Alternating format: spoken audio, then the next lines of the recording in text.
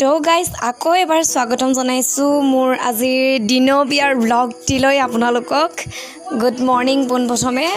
আইতাহঁত আহিবলৈ হ'ল আৰু মোৰ ব্লগটি আগবঢ়োৱাও দেৰি হ'ল, 12 বাজিবলৈ হ'ল আৰু এতিয়া। তাৰপিছত আইতাহঁত আহিব এতিয়া, কাম বন কৰি মেলি আজৰি হৈ অলপ ব্লগটি আগবঢ়ালোঁ। ব'লকচোন তেন্তে আইতাহঁত অহালৈ অপেক্ষা কৰোঁ, নে কি কয়?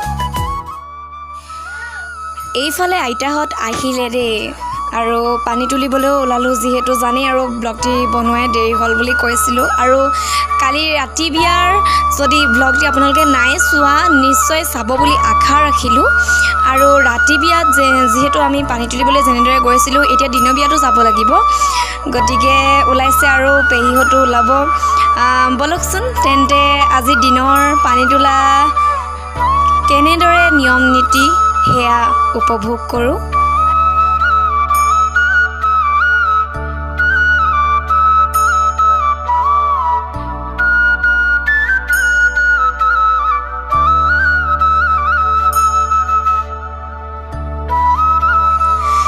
এইফালে দাদাহঁতেও ভাতত লাগি গ'ল আৰু দেই, আমি কাৰিকৰ নাই মতা, সেয়েহে গাঁৱৰ দাদা ভাইটিহঁতেই লাগিছে আৰু।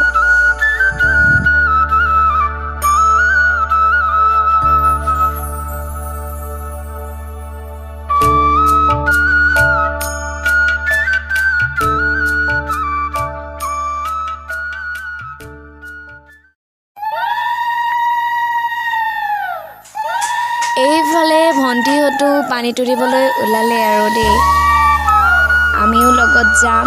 চাই থাককচোন, ৰাতি যেনেদৰে পানী তুলিবলৈ গৈছিলে আজিও ঠিক তেনেকুৱাই নীতি নিয়ম, হ'লেও দুদিনকৈ কৰে আৰু।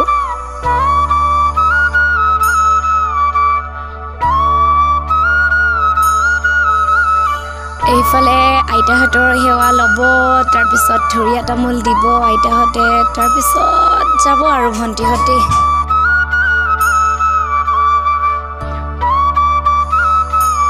এইফালে ভণ্টিহঁত ওলালে আৰু আমিও ওলালোঁ। আপোনালোকৰ ফালে কেনেকুৱা ধৰণৰ শান্তি বিয়াৰ নীতি নিয়ম হয় নিশ্চয় এবাৰ কমেণ্ট কৰি জনাবচোন। লাগিলে দীঘলীয়াই হওক, কমেণ্টটো পঢ়িবলৈ কিন্তু একেবাৰে আমনি নালাগিব, যিহেতু এটা সুন্দৰ নীতি নিয়ম। নিশ্চয় আপোনালোকে কমেণ্ট কৰিবচোন।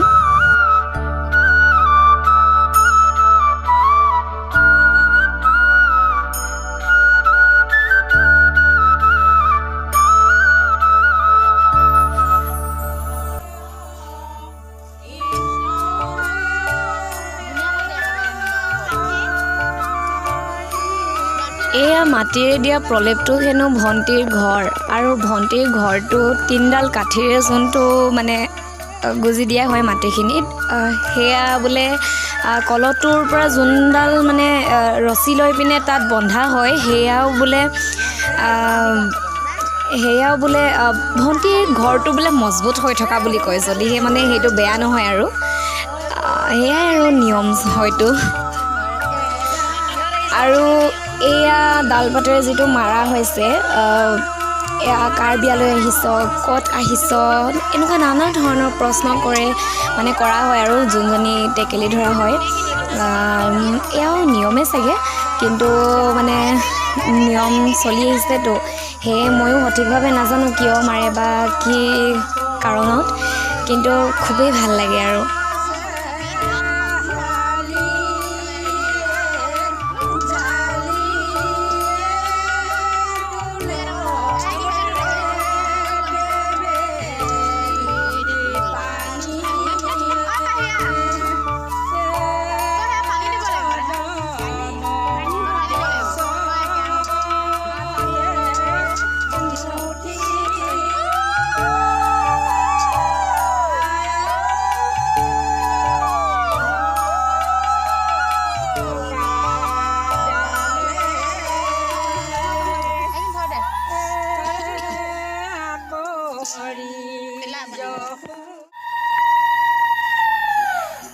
ভণ্টিক গা ধুৱাবলৈ উলিয়ালোঁ আৰু দেই, বুকুচাত লৈ আনিলোঁ।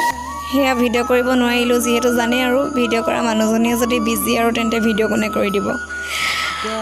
ইয়াতো বহুত ধৰণৰ নীতি নিয়ম কৰিব লগা হয় আৰু দুৱাৰমুখত এনেকৈ বহাই লৈ বৰপিয়া বুলিয়ে কয় চাগে, এখন নাজানো। আৰু তাৰপিছত বেৰিলে লৈ যোৱা হ'ব আৰু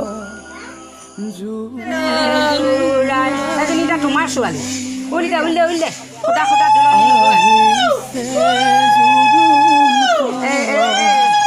এখন ঘূৰাবকে লাগে, তাক চুকৰ পৰা ওলাই আহিছে ইয়াত কেঁচমা গোন্ধাইছে, সেইকাৰণে এখন ঘূৰাব লাগে। মই তোমালোকৰ অৰ্থটো ভাঙিয়ে ঘূৰা যিমান ঘূৰা কেঁচমাই ঘূৰা। আইতাজনীয়ে খুব সুন্দৰকৈ বুজাই দিছে, শুনি খুবেই ভাল লাগিল। কিয়নো আমিও বহুত এনেদৰে বিয়াত দুলনি ধৰা মানে টেকেলি ধৰা হৈ আহিছোঁ, কিন্তু অৰ্থটো মানে বুজিব পৰা নাছিলোঁ। আজি বুজিলোঁ, খুবেই ভাল লাগিলে।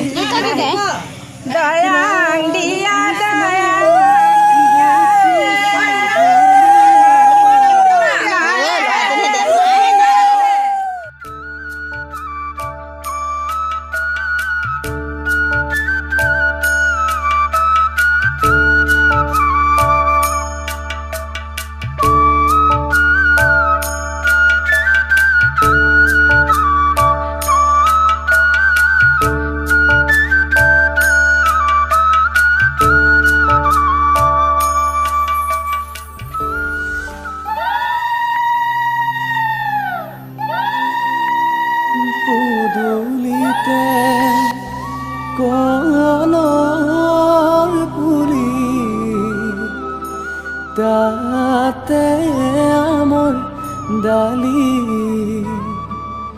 সীতা দেৱী বাৰ্তা দিয়া। এইফালে খুৰীয়ে নোৱাইছে আৰু ভণ্টিক দেই লাহেকৈ এনেকৈ এজনকৈ নোৱাব লাগিব। আৰু এতিয়া ভণ্টিক যিহেতু আজি আনি গা ধোৱা হ'ব, দুলনি ধৰা টেকেলি ধৰা কামেই নাই বুলি ক'লেও বেয়া নহয়, মাত্ৰ আনি দিয়াৰ কাম আছিল। বাইদেউ গৈ আছে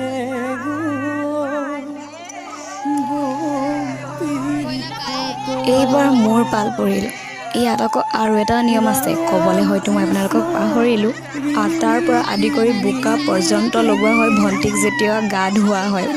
জানেনে আপোনালোকৰ ফালে এনেকুৱা ধৰণৰ নিয়ম হয় নাই? নিশ্চয় এবাৰ কমেণ্ট কৰিব।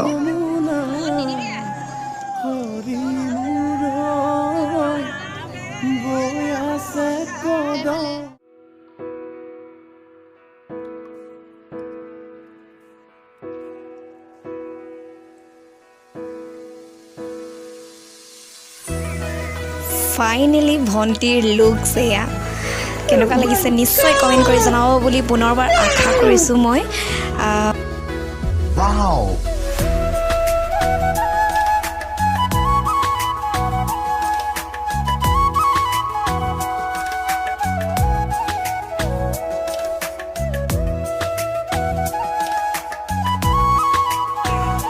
মানুহ বহুত দেখিছেনে বাৰু? যিহেতু দিনৰ বিয়া হ'বই আৰু।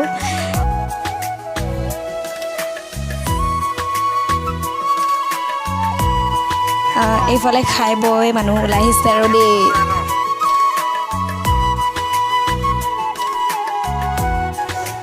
ভণ্টি মেকআপ কৰি মেলি জানেনে অলপো মুখত হাঁহি নাই, সেয়ে হাঁহুৱাবলৈ চেষ্টা কৰি আছিলোঁ। এনেকৈ আৰু খাই বৈ সকলোৱে ফূৰ্তি ফাৰ্তাৰে এনেকৈ গ'ল আৰু দিনৰ বিয়া।